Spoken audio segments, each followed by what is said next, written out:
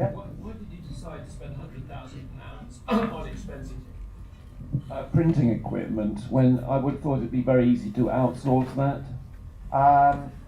The problem, it was a very, very technical issue. We were printing on very, very thick card, and we needed to be able to print on both sides of the card at the same time. So in a single pass duplex.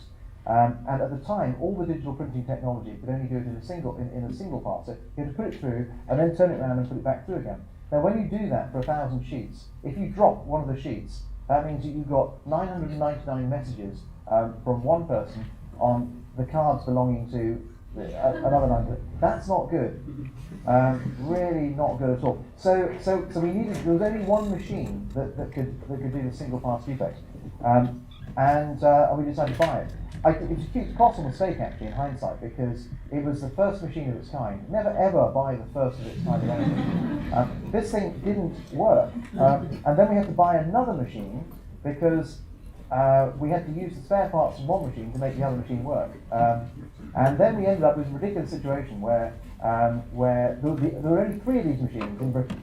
2 of them in my office, and 1 of them in MI6.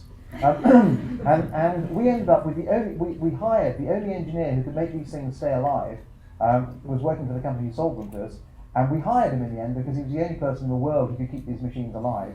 And then MI6 said, can we use them as well, because our machine isn't working very well and we need to use them. So then we had to get a security clearance for it. That was the point at which I realised that my print manager had gone to jail for GBH and wasn't allowed to get security clearance to go to MI6. I also discovered he was a cocaine addict as well. I didn't know, it's something about the area there. But, so that was very informative, but it was a disaster in terms of the machine. Eventually, we managed to buy, when we had enough money, we bought a new generation machine that was able to print on both sides.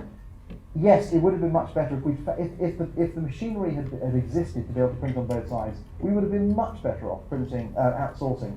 Even though it would have cost us more per card than we were selling the cards for, it would have been better to absorb that loss than absorb the loss of a massive machine that was only working for 35 seconds of the day. And even for those 35 seconds, it wasn't working very well. Yes. Yeah. Just quickly, but how did you think about doing things in-house versus outsourcing?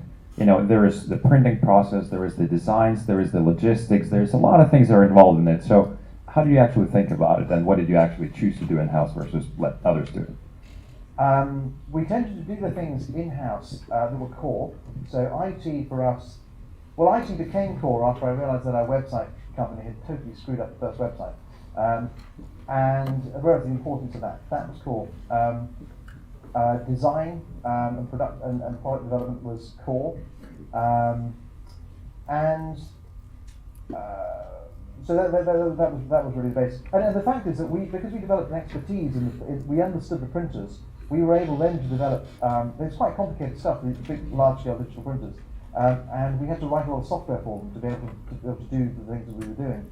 And we developed a real expertise in that, which meant that we were able to develop things that other people who were outsourcing would never have been able to do. We also developed a whole fulfillment process, so that as the card got printed, things would be read off the barcode on the card, which would then print off the envelope and insert it. So that side was really easy. It would have been very difficult to get the level of service if we'd outsourced it. And there's a cut-off point. I think we worked at the cut-off point of about 500,000 cards a year, after which it was worthwhile. It was worthwhile having it in-house.